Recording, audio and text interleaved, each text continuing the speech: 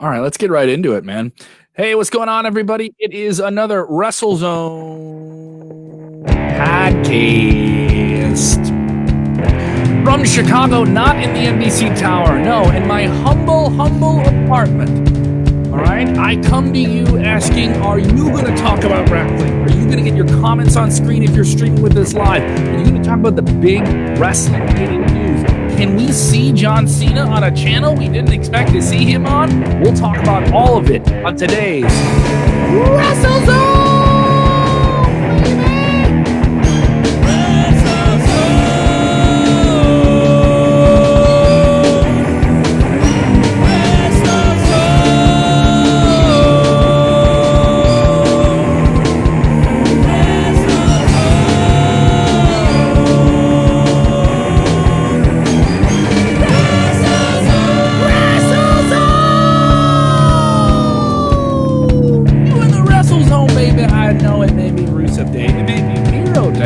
but it's still always a WrestleZone day. I'm Kevin Kelm, joined by someone who decided to show up for work today.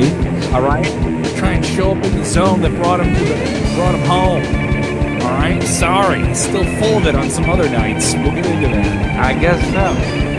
We'll get into it. Robert DeFelis down in Tampa, Florida, where the temperament is just all COVID-19. How you doing, Robert? Better than COVID-19, I promise. I'm doing all right, Kevin. We convene here every day, even when we're not on screen. We're talking. Oh no, Robert and I believe almost have a 24/7 line of. Yeah, we convene quite a lot, but now we're talking on Miro Day. Kevin, it's Miro Day, and Miro Day scored big. A big W for AEW in the ratings, Kevin. Yeah, and some interesting news as we get delayed TV ratings for WWE NXT. We'll talk about that. Big John Cena news today, which some people wanted to run with in every different direction on the internet. The things I saw people say about John Cena today were insane. And I saw some people tweet out the most ridiculous things today about him, and we will touch on that. That kind of came together just I want to say within the last hour of us going on air here today. Yeah. And we'll touch on that. We also have some different shakeups behind the scenes in WWE. Go ahead and get on screen with us. We're coming to you on a Thursday afternoon after AEW Dynamite. Big night for them. A lot of advancements in the storyline department, but the one thing everyone was talking about was a man once known as Rusev, but now known as Miro. He is the best man of Kip Sabian. Miro, formerly in WWE as Rusev, is now part of AEW. He's not just the best man of Kip Sabian's wedding, Kevin. He's the best man. He's the best. He might even be number one. You know, I mean, Miro shows up with the nice blonde hair. He looks rested. He's wearing Disney shirts. He's happy, and then he gets on the microphone and he tells WWE, you can take that brass ring and shove it up your ass. 10 years in the same house, same rules, same glass ceiling. This was simple, but effective. And I think there's a lot of people across all spectrums of wrestling saying, what do Miro and Kip really have in common? Nothing outside of the fact that they both love Twitch. And I think we're going to see a fun pairing, maybe more fun than we could even imagine, between the Beast from Bulgaria, as he will now be dubbed, Miro, the best man, and Kip Sabian. Big move for him. I think this is the right move in terms of big names from WWE that we saw get released back in the spring that didn't make the jump. He was the one big superstar that didn't make a move, that we didn't see, going anywhere. And like we've always told you guys, when someone leaves WWE, you can hit the like button if you've been told, is this guy going to go to AEW? Is this guy going to go to AEW? Hit that like button if the people you thought were going to AEW haven't gone. I want to see how many people are honest with their own BS on the internet right now, because a lot of people were shot calling that he was going to be there a long time ago. This one kind of caught people off guard because he was so delayed from, Doc Gallows and Anderson, their deals are done. They get it. They get over to Impact as soon as they can, right? Once their non-compete is up. These people are out. Mark Cardone, he's going to go over to AEW. He's going to shine his short-term deal. So with him. Do we know the terms of his deal? Do we have any idea on how long he might be with AEW? This is the part, folks, where Kevin gets pissed off at me because I have to mention the other place I work. Sean Ross Sapp of Fightful Select did report some details. Now, I will say this is under the Fightful Select paywall, so if you want to get this information first, you got to go over there and hit subscribe. But I can say that you're helping us give him money. I have to. Actually, if I give him money, I get money. So, there's the thing. Miro does have it in his contract, according to reports, that if he wants to work New Japan, he can work New Japan. If he wants to work, let's say, Bloodsport, he can do that. But he cannot appear on American television. Very similar to the terms of contracts for guys like Jericho and Jon Moxley. So he's probably getting a sweetheart deal then, So I think there must have been some open market money thrown at him in terms of what Ring of Honor may have wanted, what Impact may have wanted, what New Japan may have offered him at first. There may have been some real money there. Well, here's the thing. Unlike Matt Cardona, unlike Matt Sydal that we've seen, unlike even Ivelisse and Diamante, who won the tag team tournament, Rusev is all elite. They put out the graphic. Rusev has signed with the company, so he's there for the long haul. But he has options to do other things within that time frame. So a lot of people with comments like, well, because he's married to Lana's push is going to be shut up. Like, you don't know that at all. If that's true, no. Let me put this in full context. Then, if that's true, Mickie James would never be back on television if Nick Aldis was talking trash about the executive producer of Monday Night Raw. So you guys really got to step yourselves on that. Everyone says, I know this person's. Go ahead. I'm going to hit you right there because there was, in fact, Nick Aldis said it himself on an interview. I'm not surprised they're not doing anything with Mickie because I'm talking shit about Bruce Pritchard. So there is that mindset. And there's also the stuff that maybe Lana and her Bang sponsorship started the whole Twitch debacle. And listen, I don't care about any of that. Not that I don't care about Lana. I care that Miro is happy and he's handsome and he's the best man. And he's good. It's gonna be fun. Miro is in AEW. He can throw around the Bucks. Can you imagine Miro versus Marco Stunt for just a minute? Just like that's a good time. We could have some good time matches. I also think he's one of those guys who's going to be able to do some things that some of the people in AEW cannot do, and that I believe is connect with the casual fan. There's a lot of guys in AEW that have their followings that connect in a certain way and create something. Orange Cassidy is doing that. Like he's been able to take a following he already had and turn it into something. The Young Bucks and Omega and obviously Jericho and different people like that. But you have people like Jurassic Express where they're seen as kind of like novelty acts. Like they're fun, they're cool, but they don't get past a certain point. This guy comes in with the pedigree. He already performed on WWE. You've heard me say it before, framing the camera. He's one of those guys who's going to be able to make the things he can do in the ring, the words he say mean more. And then on top of that, you have a guy who now knows how to really deliver that, how to take his pauses and not rush to everything. And his execution will be really strong. I look forward to what he can do in WWE. AEW. Excuse me. Because he was in WWE, I look forward to what he can do in AEW. Too many W's. Trouble myself with the W's. You know what? I think this is a fun time. I think he's going to pitch the idea of Kip Sabian coming to his wedding on a tank. I think he's going to tell Kip Sabian, you need to be weary of former lovers. Rusev is a guy who his last major angle, New Year's Eve 2019 was built around the wedding of Lana and Lashley and Rusev crashing that wedding. We're only 9 months removed from Rusev headlining Raw segments. This is a major, major get, and don't let anybody tell you otherwise. I am happy that this guy is going to get a chance to shine. Do they have to be careful that they're not turning into 2010 TNA? Sure, they do. I mean, you've picked up. I think when you're starting to look at that, there were some people talking about that coming out of the pay-per-view this weekend too. Yeah, I think it was on this show. They asked us, well, why are the champions all former WWE guys? Yeah, you got that issue. But you know what? You got guys who are underutilized who maybe in 5-10 years, we don't even remember Rusev. We remember Miro and Miro's crazy run in AEW.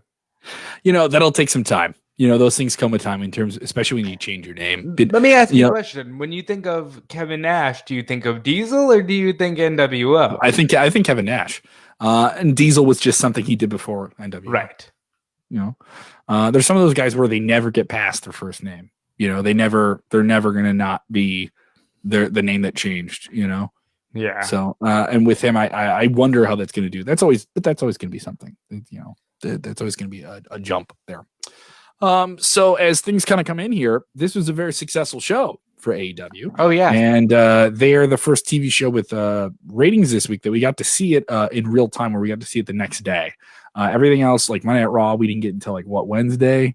And that was a show that was down a bit. It was a Labor Day show, but it was down 100,000, which wasn't that bad. But still, Raw is not what it was doing like a year ago, so that's still bad. It was like a 1.6, 1.7, 1.8 about that range. I think it's safe to say Raw is not war right now. Mm-hmm. Raw is very and you also got football coming back next week, and there's gonna be a lot of people excited for football.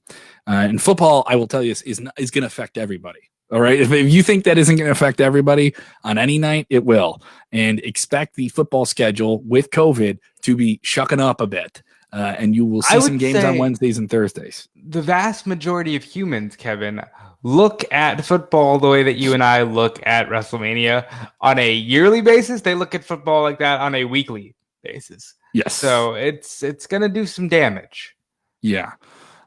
So let's get into this. The ratings came in for AEW, and this show was very, very successful. Hell yes. According to Showbuzz Daily, the September 9th episode of Dynamite averaged 1.016 million viewers. So they go up, and they were not shy of 1 million last week, and they went up from that, a little bit of a bump from the pay-per-view. You're probably having more fans want to check maybe out that Matt Hardy spill. Listen, that Matt Hardy spill was huge. Mm.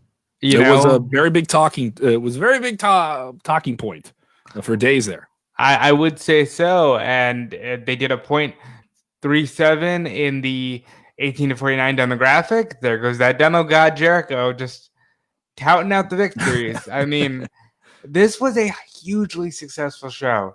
But here's the thing: you had Moxley, you had Miro, you've got guys who are interesting, who are characters that you can invest in. And I think we're starting to turn the corner. Maybe we figured this COVID thing out a little bit here, Kevin.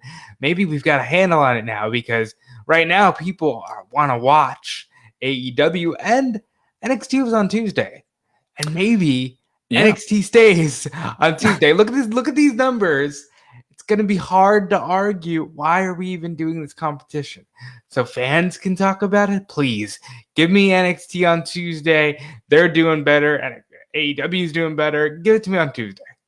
I understand that, but this is still the same discussion we had with Dominic D'Angelo, who does our Two Dynamite Dudes with Attitude show, and that'll come out on Friday. That is just AEW. If you're one of those people who are like, I don't want to hear anything about Vince, and they say his name like they're trying to pass a kidney stone, calm down, dork. You still have a network subscription. And so my point about this is, with that crowd and that discussion that we kind of reached to is, if you're WWE and AEW is being so successful, and obviously everyone's gonna be like, Vince is scared. Ooh, right? They're all scared. I don't think they are. They understand they're in a competition. And I think Vince might be more scared of Andrew Yang than Tony Khan right now. we'll touch on Andrew again. And we'll talk about that. But the thing is here, I don't think they want that show to be $1 million. Like, if you're WWE and you look over at what they're doing, I don't think you want them to be cracking $1 million every week. And that's why I think, because now they're competing with Raw. Yeah. Now, well, they're in shooting distance of that. They're in shooting distance to that, but they're going to have playoff sports and they're going to have that juggling thing. So it's going to be something else. And Raw, I will say this: the benefit that Raw has is, how many years has it been on Monday nights? People know where it is. It's established. It's a name. People know it. There's still a lot of people that don't know the name AEW Dynamite. They've heard of it, but they don't know it. you know? And I think there is something there. I do agree with you. This is a very, very great night for wrestling in general, to have another brand that isn't WWE to be doing really, really well. Let's look at some of the comments coming in here. This is Tim, first-time commenter. Thank you, Tim, from Hello Sacktown, Sacramento, California. I think AEW making a difference in wrestling today. This is so great. Some of the wrestlers are from WWE.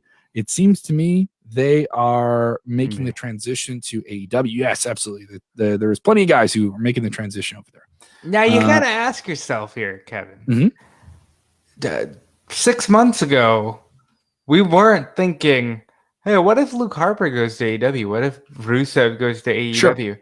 In fact, I would argue Rusev was probably the last guy I would think would go to an AEW, and now he's there. He can be put in a prominent position. Jon Moxley, when he went, he wasn't a guy that we thought we would get in another promotion like that.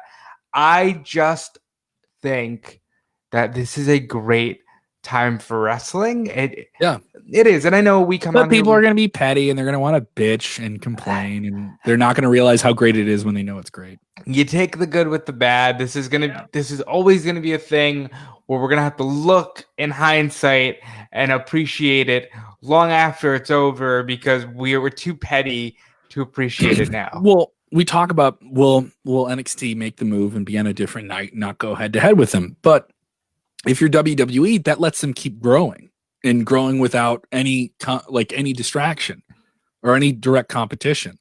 I don't think this is wrong. I don't think AEW would crack 1 million if NXT was on the same time as them. I don't think you're wrong there either. I wonder if the ratings are going to go down next week when NXT comes back and they're back head to head. So are they head to head next week, or is they could be head to head if the playoffs or the championship game ends in number 6. Okay, so there's that. And we still have NHL playoffs. We're near the Stanley Cup. So with NBC Universal, they may make some moves as well.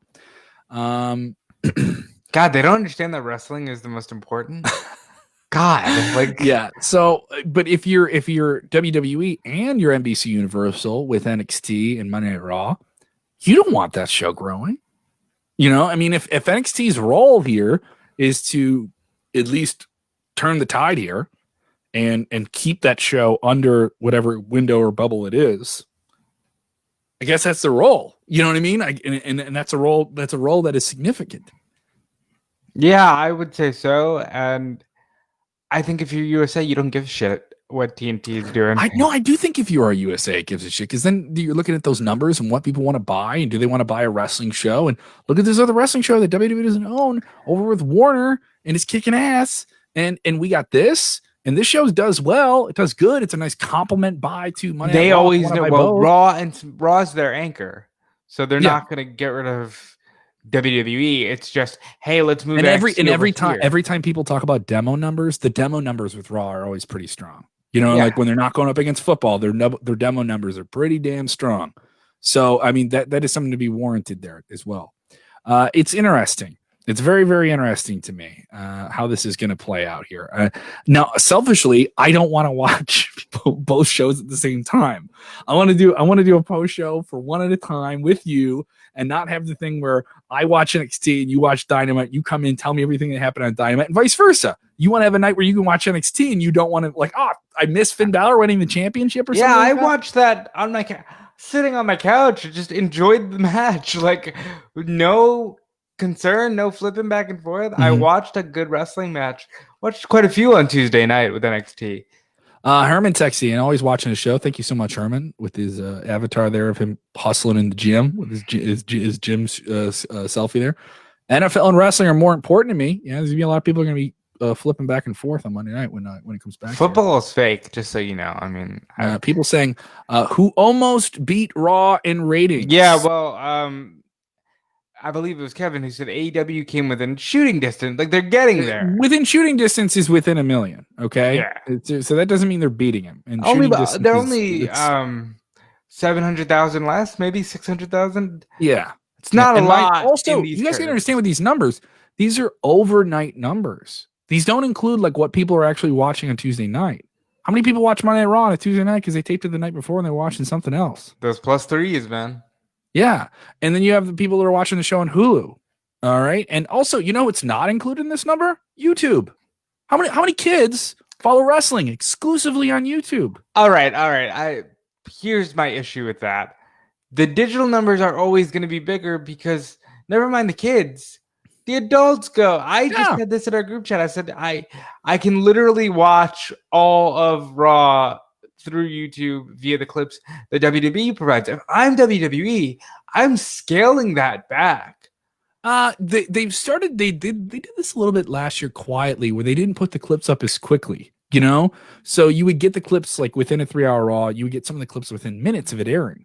Now they started doing where you get it like an hour later, an hour or so later, and most of it will be up there after the show. So I get that as well. And everyone talks about these big numbers, but I was like, SmackDown is the most watched wrestling show in the world right now. It's on network TV, and it had some good numbers kind of bumped up there after the introduction of Thunderdome. Everyone wants to say, oh, they're all scared. I don't think they're as scared as you think they are, guys. I think we romanticize. Yes. And everyone wants to say, oh, they all want to run to the hills and yell and into the tower in Stanford. We're coming for you. Come on. I get it, but I also want to know. I want you to know that you're fooling yourself of it. Like you're trying to puff your chest a little bit. And we mentioned digital numbers here, and you're gonna think, oh, well, what is he talking about? But follow me here, because a big Universal property, the E Network, just announced yesterday they're ending Keeping Up with the Kardashians, which is like maybe the number one TV show for them. That is a multi-billion-dollar franchise for them. And that is easily the most money-making reality TV show ever made. Like in terms of like non-competition, not like Survivor or anything like that. Like that is up there. And we're talking the 14 years. So people have grown up with this being a thing. Why are they ending it? Because the Kardashians have decided we don't need this anymore. Social media is doing more for our brand and doing more of this than this show. So will we see wrestling go that way? I don't know. I'm just throwing it out there. These things are happening. TV is changing. It is losing some of its sheen. I think this is a big blow to TV. And I think that like all these different things are changing. Oh yeah, I think this is a huge blow to television, and pretty soon you're going to be looking, and all you're going to have is WWE and sports to say, yeah, this is what I remember TV being. Yeah. So this is a big one. This is obviously for AEW, the biggest show they've had since October of last year. This is a big change here. NXT, though, their numbers came in for Super Tuesday, and they weren't too bad. Now, obviously, they're significantly less than what AEW did, but it's worth noting that NXT had to go up against NBA basketball. And those are always going to have huge numbers. NBA is doing very, very well of live televised sports. They're doing the best right now. And they ran unopposed this week in terms of wrestling, but they had to go up against that basketball. And they still did pretty damn good. 838,000 is the average viewers in overnight ratings. This is only down slightly from 849 the previous week. Last week's episode of NXT highlighted Finn Balor in the NXT Championship. It scored a .22 rating, 15th and 18 to 49 demographic, which is down from a .26. Excuse me. Despite the drop in viewership, this episode of NXT was the third best total overall for the show in 2020 and ranked behind only their August 19th episode shortly before NXT TakeOver. Still doing pretty damn good. This is good for them. It is a sign, and also if you put them on Wednesday nights, well, what would that change? Like I mentioned a few minutes ago, I think that you wouldn't have either one of those shows cracking 1 million, or at least if you have both those shows hitting around 900,000 and they're going up against each other head to head, I'm on board. But clearly, I think fans love the idea of the new flavor in AEW now on Wednesday nights. And if they get a chance to watch it and not have to click over to AEW and not feel like, well, I'll watch NXT when I don't have to feel like I'm giving something away and I'm not supporting the new guy. Yeah, I think ratings wars are maybe more antiquated than we thought they were 10 years ago when Impact tried to do it. I think ratings, I don't think the audience wants that division as much as they say they do, and people and we'll get into the attack of the WWE empire more as we go along here, but as much as people like attacking the Empire, they also want to watch. But here's the thing about the attacking the Empire, guys. AEW is just a new empire. Kevin, I'm not. No. This is the truth. Everyone's like, Vince is a billionaire. Go with the independent guy. AEW is owned by a guy who owns one of the biggest soccer clubs in England and an NFL franchise. All right, and they're in bed with Warner Media, one of the biggest media companies in the world. This is Coke versus Pepsi. Okay, sir. What? How dare you ruin my narrative with your facts, sir? I'm sorry. Vince is off the top 400 Forbes billionaire list, but guess what? He's still a rich guy. He's 401. Sir, how dare you knock my narrative? I want to celebrate the downfall of this evil, maniacal billionaire, sir. I can't believe you've done this. Life sucks, and then you die. But on that point, how much did the wheels almost come undone with that Matt Hardy situation, where immediately people were like, Tony Khan's kind of crappy there, letting this guy climb the scaffolding. Now, I'm not saying I said that. I'm saying that's very much what you saw on the internet. And what do you think of Matt Hardy's comments last night? Did that give you some ease? He alluded that he will indeed be back in the ring competing once again. He looked to be in much stronger spirits, that he'll make a complete recovery.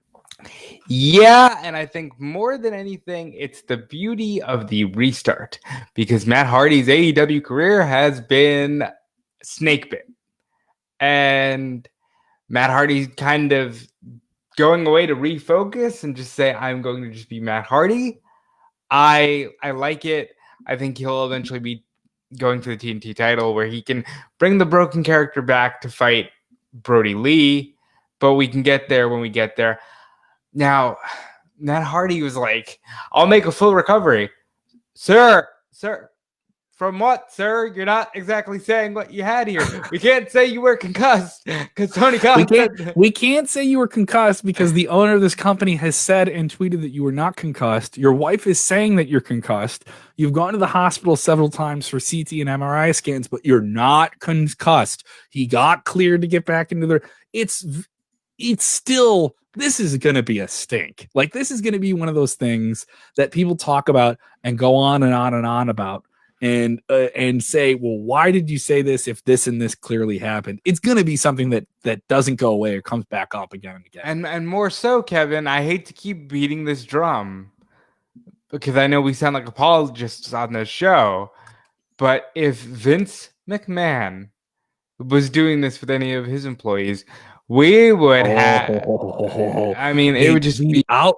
I mean, mind you, it was a trending thing that AEW fans were very, very upset with this, and they backed up Rebby Hardy on this on social media and questioned it. And Rebby kept stirring the pot, in that regard. That's an outdated phrase with me. Well, listen, but if Vince did this, this would be on CNN. Like if this would be on ESPN. Literally, I think it would be on CNN. But yeah, what do you think of it? He looked strong. He looked good. Great. I mean, dare I say that Matt Hardy has probably done more, had concussions, gotten back up, and taken more. Yeah. Now I heard comments from Bully Ray on, I want to say I don't know if it was Monday or Tuesday edition of Busted Open on SiriusXM. And he laid out the idea of what it's like to perform in a wrestling ring after you've been concussed. And obviously there was a time when that was, I wouldn't say acceptable, but it was almost like a given. Guys were getting knocked out. And what do you mean? Of course I got knocked out. This isn't ballet. I had to get up and finish my match. And it's been well documented by him and Chris Jericho that in the TLC 4 match, he suffered a concussion. Taking a bulldog off a ladder. And there was enough people in the match where he could roll out of the ring, get his wits about him, and continue to perform. Now, does that mean he should? No. But this is what, or 2002? 2002. It's there's a completely different culture in sports about concussions then than there is now, and that culture comes before the bell even rings. It now comes from when guys even take their first few bumps about concussions, and it's a completely different thing. And he talked about how you go on autopilot. And he said there is no way, and he described then his experience of working on autopilot, that Matt immediately went into a different character than he was performing as. He went into deletion, and when he could barely get to his feet, he was still cutting a promo. He was going into autopilot, to perform. And that's what he saw on Saturday. And that he believed absolutely that Matt Hardy was concussed, but he doesn't understand how he was allowed to continue. And, again, do other physical things in the ring. Because you backed yourself up into a shitty situation where you had this thing, and I think it was, all right, let's get him in here. Look at him. Matt saying, I can go. He looks okay. Go home right away and get back here and go to the hospital. Dan Greathouse texting and saying, Matt Hardy wrestling again is terrifying. I've heard from some fans where they feel uncomfortable watching him wrestle now. So here's where I'm gonna be back in my day, because don't give me that. I watched Mick Foley nearly die. Yeah. Get up and nearly die again. Yeah. Only to get up and nearly die again later in the night. Because he still had to go and run. And listen, it's not great. It's not great. We know the terrible shit with concussions, but it's going, at the end of the day, if the doctors are clearing Matt Hardy, and this is where we got to get off of our social media soapboxes. If the doctors are clearing this man and the man wants to go, then we have to eventually respect this and let the man go. And we have some other news in the world of wrestling that is certainly interesting. Big night for AEW, solid week for NXT. Will they change? But we look outside of the wrestling ring at one of the biggest superstars of all time that is clearly looking at a career outside of wrestling. So much is he as the biggest WWE superstar of the last 10, 20 years, looking at a career outside of wrestling, that he doesn't apparently mind doing a television show with a media company that owns a wrestling show that opposes WWE. Well, hold on. John Cena has been announced as the host of the new version of Wipeout, one of those Aqua competitive Ninja Warrior spinoff shows. This will air on TBS, which is owned by Warner Media, which owns TNT. And how many ridiculous reactions to this did you see on the internet? How many conclusions were typed to in 120 characters on Twitter within 30 seconds of you seeing this? This obviously means that John Cena is going to AEW. He has I to was be going giving to them, Kevin, because this is tremendous. Less because John Cena is hosting Wipeout, which is a great fit, by the way. And I think John is a tremendously funny man who will do a great job with this. But more in that, at the end of AEW last night, big Russo swerve here. I was really pissed off with this. They did, Cody Rhodes has breaking news. And Cody Rhodes' breaking news was that he will be a judge on the Go Big Show. The Go Big Show being a talent show featuring himself as a judge, Snoop Dogg's a judge, Jennifer Nettles, who I've never heard of, is a judge, and Rosario Dawson. And now we got John Cena doing Wipeout.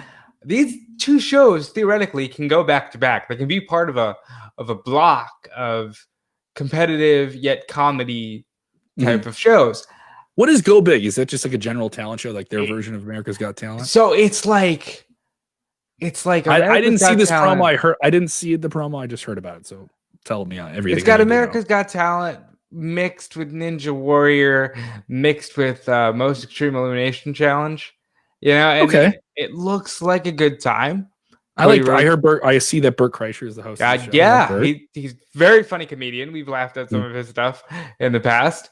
I think this is great. I would not be surprised if this does get paired with Wipeout. I wouldn't be surprised if we see John Cena and Cody Rhodes in some promotional material together, and that is okay.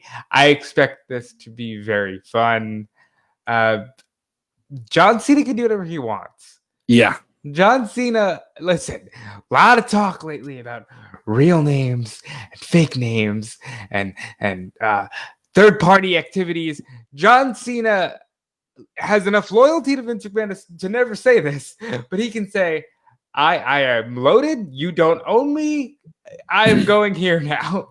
Yeah. Like and can do these things. I think anyone who ran to the conclusion that he's going to wrestle for AEW because he's doing a show with a Warner property, you guys gotta read the fine print here a little bit.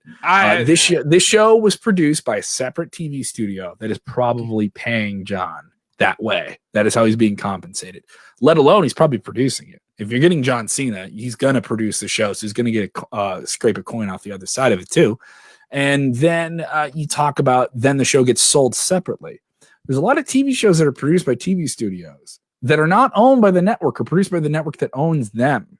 Not every TV show, especially these game shows, are produced that way. Like Cannonball, for example, it's a different one. USA had a lot of influence on that show, but a different production unit was brought in to help produce that show. I know some people that performed on it. A friend of mine, Kristen Lundberg, was on one of the first episodes of that show. Very cool. And so, everyone has to just calm down. Calm down. Now in the fantasy world, John Cena and AEW would be insane. You want to get hypothetical? I would love to get hypothetical. John Cena and AEW would be so big that it would move AEW into the next stratosphere. We got Sean Smith texting and saying, "Keep dreaming." Keep dreaming. That isn't going to happen. We're not going to see that happen at all. Yeah. So, and then people saying you said the same thing about TNA 2002. I don't know what you're talking about, Michael. So if you guys have comments about this, go ahead and fire them off here. We will take some questions here. Yeah, I got a question for you, Kevin. What's that? Shoot your question. You got a question before the fans even get to ask a question here, Robert? No, I've got a question. Shoot. Did you know that former Democratic presidential candidate Andrew Yang is aware of fake Diesel and Razor? Because there's a lot of that 2020 that I am in awe of, but none more than Andrew Yang understanding fake Diesel and Razor. He spoke to Chris Van Vliet about his series of tweets lambasting WWE for their labor practices, and the man referenced how Vince thinks he owns people to the point where Hall and Nash left and he just said, I'll get another Diesel and Razor. This 18 minutes of your time, go watch this interview. It's so bizarre to see the political world colliding with the wrestling world.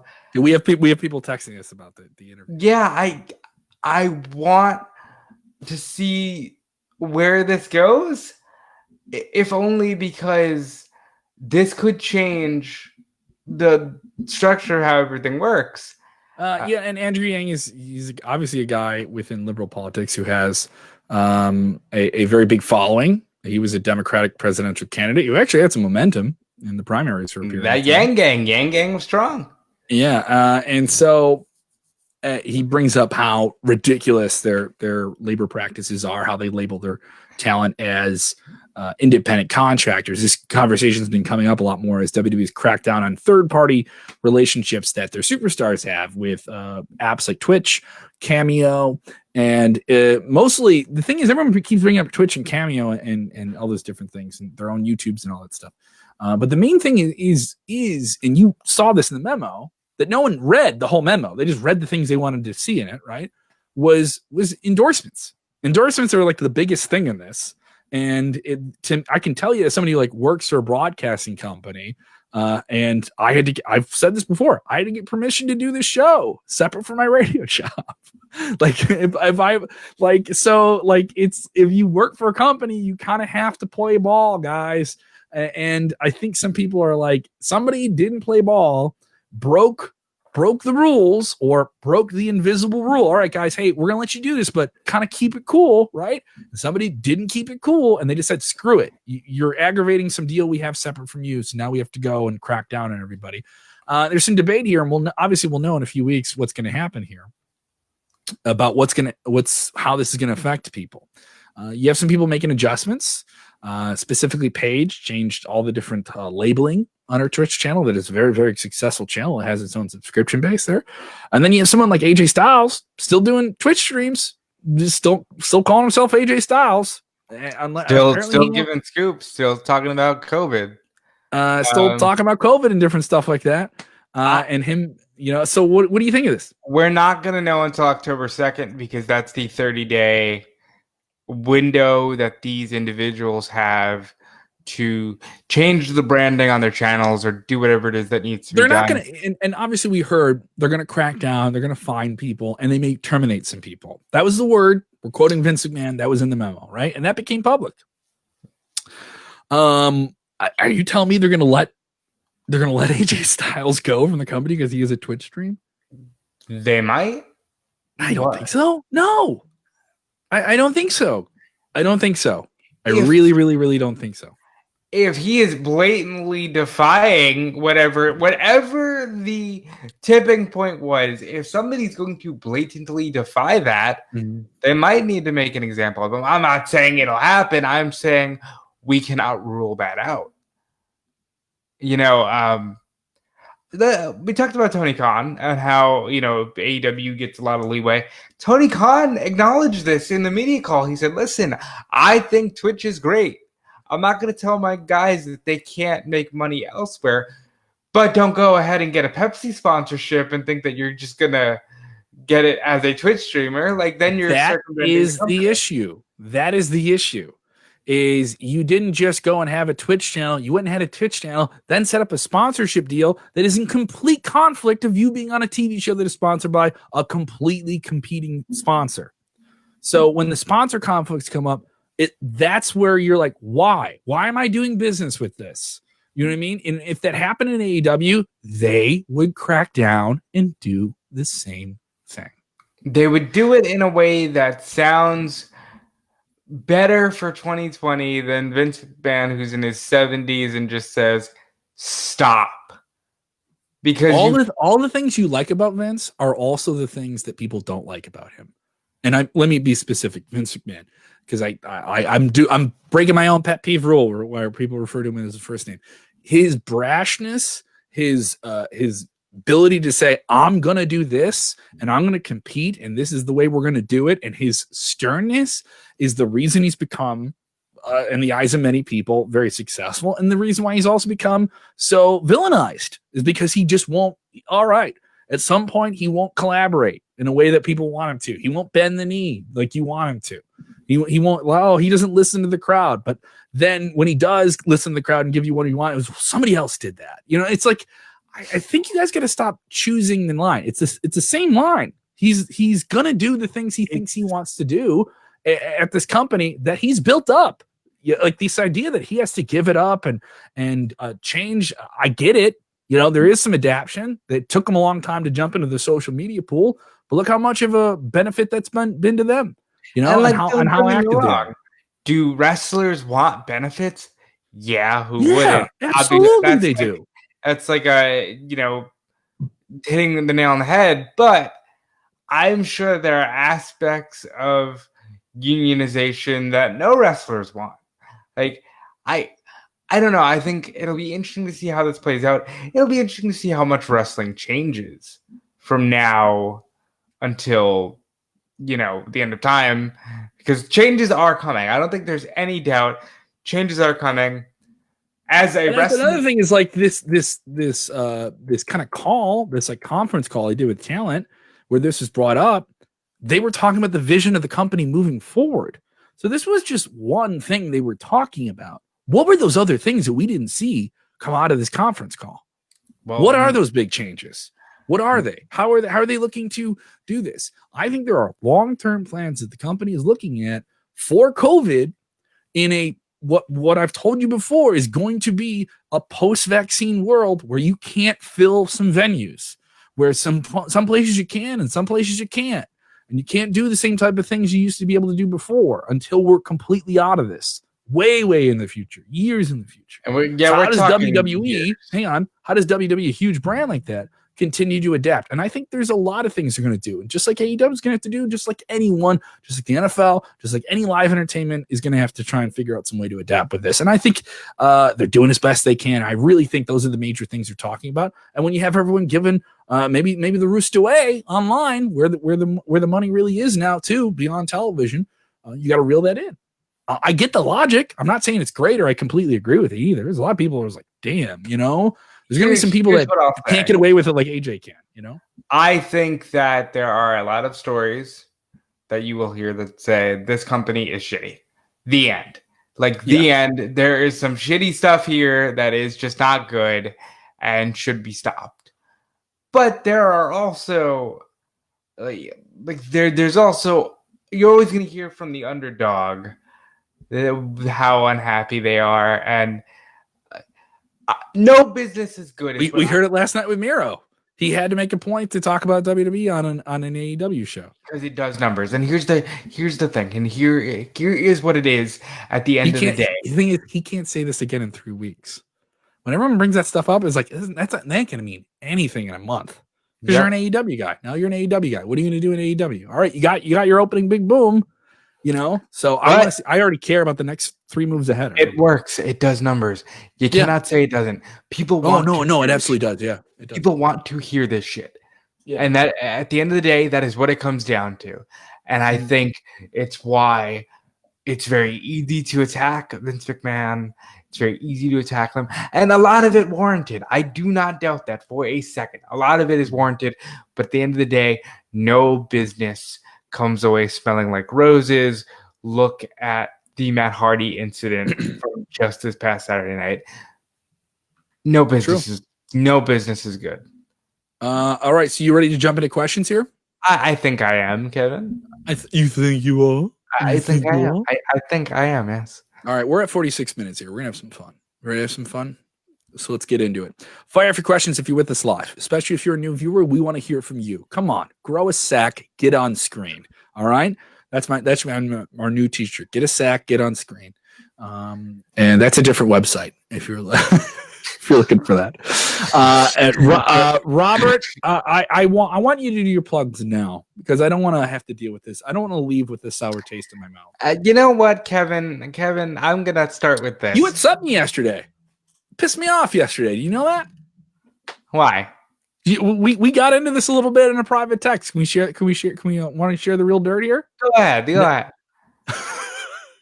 like, huh? No, I'm asking you. I'm gonna let you do this. I'm asking you. Are we gonna? What am I gonna get you on the daily this week? What am I getting you on the WrestleZone live stream of the podcast here? Chat it up, and you say, "Oh, I'll let you know." I was like, "Oh, okay, all right. Let me go to the shelf. Call one of the other guys in to play the game." Dominic D'Angelo steps in, loyal to the zone. Steps in. Great guy. Dominic D'Angelo did 3 interviews yesterday, interviewing a bunch of different people. We're gonna have that dropping in the podcast. I think he's best friends with Terry Funk for a shoot now. That's a weird thing that's going on. Amazing. Dominic is best great. Best friends. Isn't that important? You're supposed to be loyal to your friends, Robert. You are. Yes. All right. And then you text me, can't do it. Got to do the Fightful post show for AEW. And that Fightful post show aired at what? 9 p.m. Central? At 10 p.m. I was asking you to do a show with me at 5 p.m. So suddenly, at some point, I guess in 24-hour period, we can't get you in front of 2 different microphones. Now, you could have gotten me in front of the microphone had you clarified earlier that it was going to be at earlier today. Robert, now, hold on, no, because here's where we get into it, Kevin. Because you talk about loyalty, Kevin. But if you just would have watched the show that I was on, you would see that I graciously plugged this podcast as soon as I got the opportunity. Finally. But they're not loyal because Kevin has other things to do. You notice you didn't get a post show from Kevin because Kevin has other things going on. So I was seeing family and friends, and that's important. You, sir. I'm your family, sir. They are your family. James, a sponsor for Adam, who's in the comments right now, is your family. So, sir, I want an apology and a handshake at some point when COVID is over. All right, Robert. Here we go. Robert, no. We're not doing it to the. I'll give you the COVID elbow because do the elbow. I'm not doing that, Kevin. that still feels like it's too close. Yeah, you know, and I should you know that loyalty. Robert, you know I love you. You know I'm busting your chops. You know I am very, very happy you get to do all the different websites that have wrestling on them. Apparently, they have to have their customary Robert DeFelis appearance. When are you booking? When are you booking the Observer? When are you doing Wrestle Talk? What's going on? I don't know. I'm becoming a hot commodity. I think the Observer will probably be the main event. When I get to talk to people say, "Apologize, Robert. Apologize." That's right. Yes, thank you, James. Dramatic when someone demands an apology out of you. It's always not about the apology. It's always just tell me I'm right. Tell me I'm right. I was whenever I hear someone say you should apologize. Just tell me I'm right about the thing that you don't agree with. Jason Winters here saying I might be the leader of Retribution. No, I'm not running around Orlando with the mask on. All right, we'll jump into questions here in a little bit. Obviously, you did do a fun appearance with Fightful. You can check it on their YouTube channel with Warren Haynes. Sounds like he's in a rock band. Every time I hear a name like that, I think there's a guitar player. A good Canadian dude. I got the Canadian tuxedo on tonight. I'm going all done. Right. And also, speaking of rock music, very, very fun week here with my other gig at 101 WKQX. They are one of the leading alternative rock radio stations in the nation. Modern alternative music for people in their 30s and 40s, a little bit older. Like, this is an alternative because alternative kind of changes throughout the years. It's one of the most fluid versions of music. And we're touching on all of it by playing all of alternative music A to Z. Today, we're in the Bees. We started this yesterday. Great event sponsored by Coors Light. Delicious Coors Light. When the mountains are blue, you know it's good. And so the thing I'll tell you about it is a lot of music that makes you feel instantly young. None of the music will repeat until October 9th, 10 a.m. to 7 p.m. Central Time. If you have iHeartRadio, if you have TuneIn, you have music on in the background when you're doing your job, you're working from home, maybe you're in your car. I know we have Russell who watches the show all the time. He's trucking and stuff like that. God bless you guys. You're doing your job. You want somebody on in the background. You listen to our show if you're on the podcast side of it. Listen to 101 WKQX. This is a really, really great radio. It also has all of the blips and blops of sound of the time. Every few minutes, we're giving you a blast of a year, different quotes from different bands. I loved a really cool one where we had Rivers Cuomo on talking about the Pixies, and then went quickly into some music from Weezer. It was very, very great radio. This is some of the best radio in terms of just an event where you don't want to turn away from it. Definitely go check this out. 101WKQX.com. If you don't want any of those apps, you just want to stream on your desktop, go check this out. I'll also be producing a lot of fun content on the website as well in terms of blogs and retrospectives and stuff like that. I'm working on one about soundtracks, big like movie soundtracks in the 90s. I'm like culling through those. So a lot of fun things that make me feel old, but in a good way. So definitely check out the history of alternative on 101WKQX.com. Have to talk about it. Very excited about it. Ready to jump into questions, Kevin, how many drummers did Nirvana have before Dave Grohl? I think they had one or two. I know Dave wasn't the first. He was not the first. Which one is it? One or two? I think they had one. I want to say two. One. They had two. But yeah, and he got with them shortly before they recorded the first album. So, and also when he found out he was in the band, he was surprised. Like he thought it was a joke for a while. So it was kind of a right before they recorded Nevermind and do all that good stuff. But yeah, 101 WKQX, great radio station. Dude, those Nirvana records hold up. Like they don't feel like old music when you listen to them. No, they do not. Which is definitely go and check that out here. All right, so let's jump right into it. People with different comments about tracks and different things here. Oh, this is funny. Does Kevin do shout outs to WrestleZone while I'm on the air for KQX? No, I don't. I don't have the time to do it. When I'm on the radio, I'm trying to say and get one idea done in like 20 or 30 seconds. I can't just yammer on about whatever I think for almost an hour now. I can't. And that's why this job is beautiful, and we appreciate all of you that watch us because you give us the opportunity to do that. Oh, we're jumping right into a big question here. What about this one, Robert? Read this one from Michael. Will WrestleMania still happen in LA? You know what? I'm gonna go ahead and say no because maybe I'll be wrong and they'll actually do it. It's odd. Obviously, science is leading the way on everything, and don't listen to anyone else. Science is the lead on this, despite what anyone. I'd like to talk to science. We'd like to talk to Mr. Science, please, and ask when he's going to have the work done and the whole COVID thing. So if Mr. Science could get back to me. Science is leading the way, and it looks like the track or the period, the window for people to get a vaccine would be near the end of this year, early next year. But that doesn't mean common people like you and I, who are not in a nursing home or in a medical field on the front lines of this thing, are going to get that vaccination. That tends to be the word. I've read that from several different big news sources. So if that keeps going on and everyone's not getting really vaccinated until the summer, that kind of goes completely over WrestleMania season. Does WrestleMania still happen in LA? I think it still happen in LA. I just don't think WrestleMania maybe happens in the spring. I think first ever WrestleMania from the Thunderdome is enough of a hook that they're off the hook. Yeah. If they need to be. Yeah, and we do know that WWE is going to be contracted to be inside the Amway Center where the Thunderdome is constructed right now until the end of October. I could see them extending that. And maybe they do something even bigger for WrestleMania. I just want everyone to stay safe at this point. I'm okay with it. I'm excited for fun, safe wrestling when we can do it.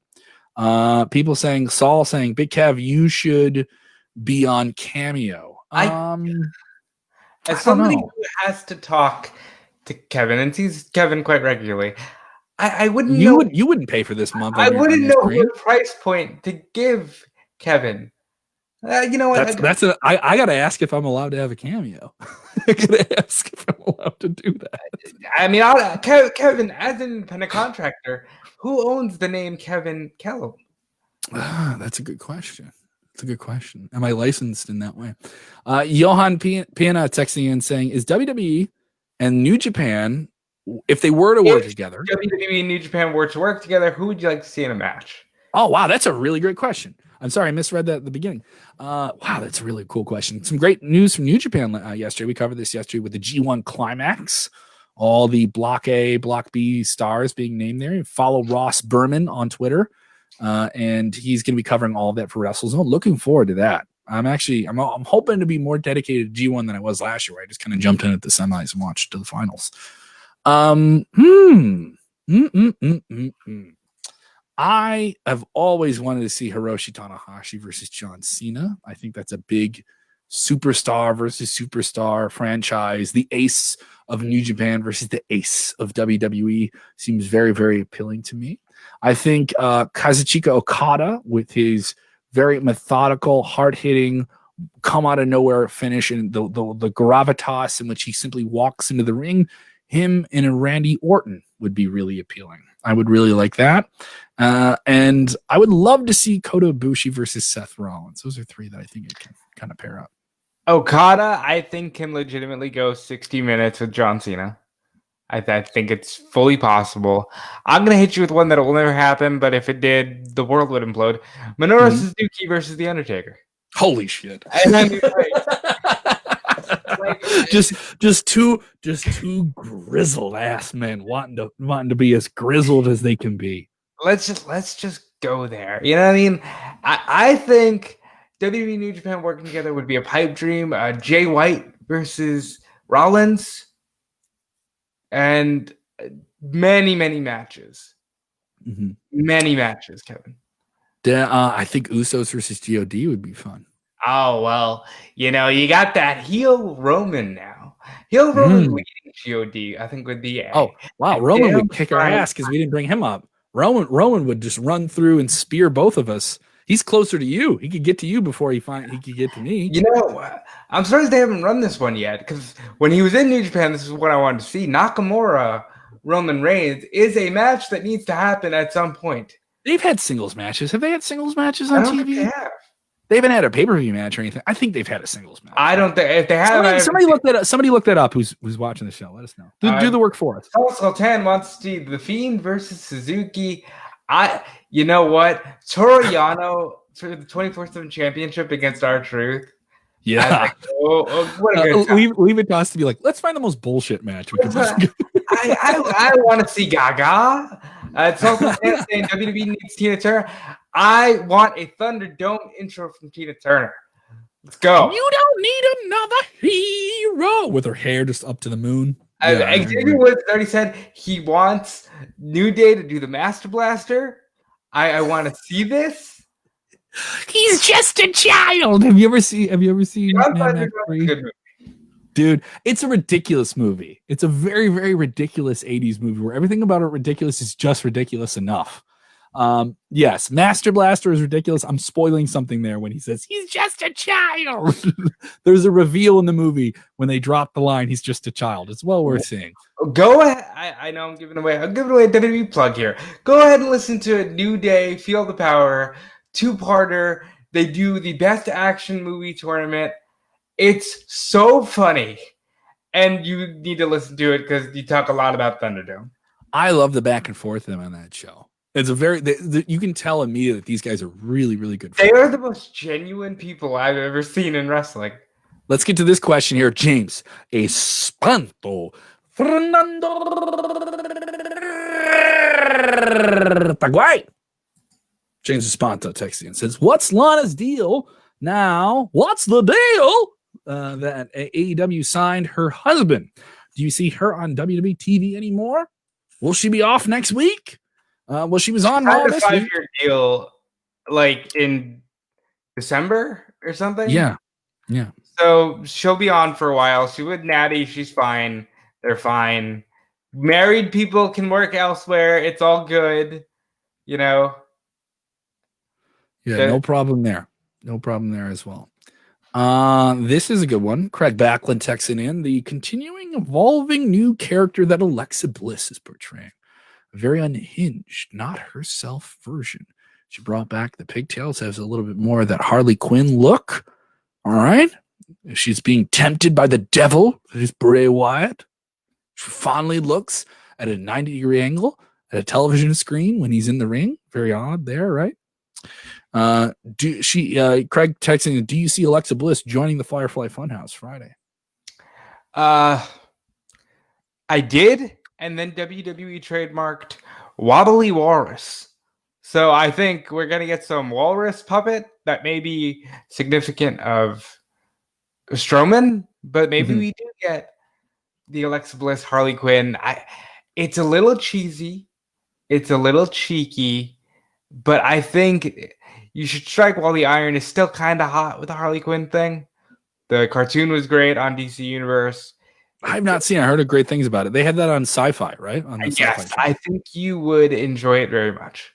Ron Funch is on that show. I've heard nothing but great things about it. It's just one of those shows I have to kind of like catch up on here for sure. People texting and selling us the ace of WWE. It's not John Cena. It's AJ Styles. He's the ace. This is going to be a terrible segue here, Kevin, but bear with me. You know who won't be the guest on the Firefly Funhouse? IRS. As the father of Bray Wyatt, Mike Rotunda, has now been officially let go from WWE. That is breaking news coming in right now from PWI. Okay, and we learned about Gerald Briscoe, also a longtime WWE producer, obviously an accomplished professional wrestler in his own regard, being released from the company after 35 years. Mike Rotunda been with the company for a long, long time too. And obviously an in-ring performer in his own right. They've been making changes in those producer roles here over the past 2 or 3 years here. It sucks because I think these guys thought they were grandfathered in and life might be hitting a little differently right now. True, but I don't think getting released from a company you've been with for 36 years is as bad as everyone makes it out to be. Yeah, but what if you're the guy in that position? True. And I don't know their position. I don't know what they're dealing with here. I mean, you might still be hot just because you think, hey, what about me? Briscoe, I'm 36 years. Vince, what about me? I mean, you never know. You never know what the other guy is feeling on that side.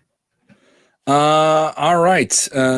Is anyone getting WWE Battlegrounds? Is that going to be the next pay-per-view? No, that's the next video game coming out next Friday. Oh, Battlegrounds. Sorry, I read that the wrong. No, you're totally fine. This isn't phrased the same way. It's 2 different words. So, 2K Battlegrounds, it's the arcade style video game from WWE, and We at WrestleZone are looking into obtaining a review copy. More on that if we obtain one, and we'll go from there. Robert, let me just ask you this gaming question here. I've been so behind. I haven't gotten any of the last few consoles, but I got a new tech setup here finally. It's doing better for the show, obviously. And I was talking to the nephew, and there's definitely somewhere I'm like older. It's like, I want to get back a bit into gaming. I've played some like games on my phone and different games you can stream and stuff like that. I almost beat Zombies Ate My Neighbors, a 16-bit game from like the early 90s that was streaming, and I could play that. But I was thinking of Steam. You can buy these games online. You get first run games, you get new games you can buy online. I was thinking like, oh, well, why don't I try Battlegrounds on there? What do you think here of this new game as it's coming out? It's a different look. It's a different try. A lot of people really stunk on 2020 2K. Well, listen, 2K20 was not favorable. They went the other way to the Battlegrounds. I think it's a good time. It's good for the nephew. You know, you don't gotta get into a lot of the intricacies of, hey, you use this system. It's very pick up and play, very Mortal Kombat-esque. I think it'll be a good time. The look of the talent is too cartoony for me. Like, I do want a level of some, because the idea of 2K is it's like, yeah, it's a video game, but we're trying to make it look as real as we can, right? Whereas this Battlegrounds game is absolutely like, it's an arcade game. They're big, rounded. They look like Funko Pops, you know, like in the ring. They have giant heads, and so it's odd in that regard. But I don't know. Maybe I'll pluck down the $40-$50 for it and give it a shot. This question coming in from Kyle says, do you see NXT ever doing the Thunderdome for takeovers? An interesting question here. Raw and SmackDown obviously have the elevated status of the Thunderdome. I do think it is an appealing thing for the casual fans. Some hardcore fans may not like it, but it does make the shows look big time. And in some ways, maybe even bigger than AEW. People don't like hearing that. But it does add an air of gravitas. It is odd. It is still odd, but I think people are getting used to it here as we're now almost a month into it. But NXT obviously is operating out of Full Sail. Could they ever do it for takeovers? I do think WWE needs to do something different aesthetically and production-wise with NXT. And God bless Full Sail. You need something else there. They've done some different things with the set. You know, they've kind of added more screens a little bit. It was a fun vibe with Balor versus Cole, but imagine the crowd response, right? We're never going to get a crowd back. I wouldn't mind maybe seeing an NXT takeover in the Amway Center. Is it going to happen? I don't know. NXT TakeOver Thunderdome, I think, is a very easy way to have another takeover, and it would make sense to me.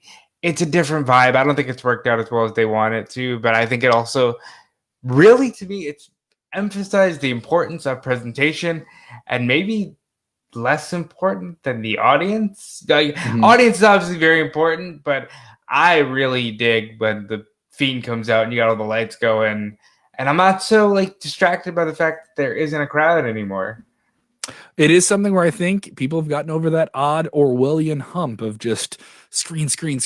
You know, and I think WWE. We've had John Clark on. He experienced the Thunderdome the first night it was out. He actually got to be on another one, and he says you sign a release that they bank your footage, whatever you have, they can reuse it. So we could be seeing footage from weeks ago that just kind of works and it plays on certain notes that WWE wants it to. We already know that they're chiming in a crowd like MLB's been doing. So it's definitely odd, but these are odd times that we're in and people got to adapt to it. So I don't blame people for trying odd things.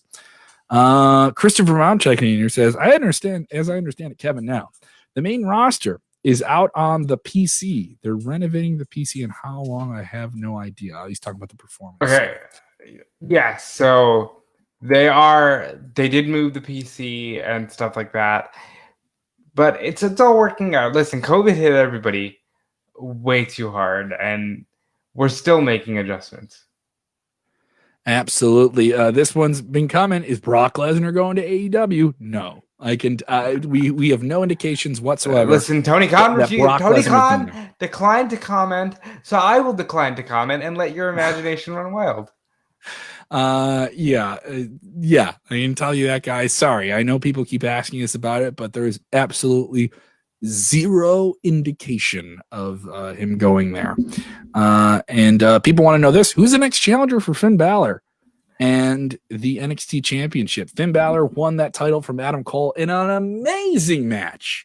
I thought the Iron Man match from the week before was great. I thought NXT this week was great. I even thought this was probably better than the week before. I would agree with you. This is an absolutely fantastic episode. If you have not seen it, go catch us on Hulu. Go catch us on the network. It's up there now. You got to see this cage match with Rhea Ripley and Mercedes Martinez. Her best match since WrestleMania for sure. And definitely a great match for Finn Balor. The right move for them as a company to go with a guy after a big injury that you know is going to be a real superstar. He drips charisma, is very appealing to a casual fan. Adam Cole is going to be just fine, everybody. Don't worry. He's still undisputed in that regard. Great match. Who's next for him, though? Very odd. You didn't get any inclination of who that person might be coming out of this episode. So that does make next week's show compelling as to who that person could be. Plenty of guys I could see stepping up.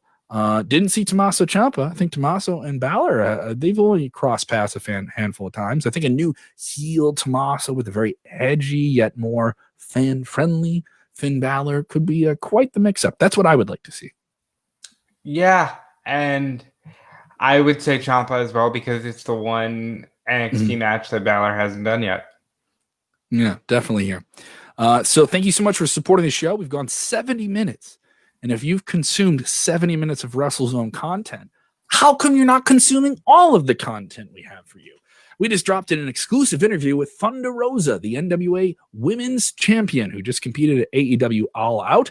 That interview up along with Eric Young, the new Impact World Champion. He spoke to us just less than a day after capturing that championship.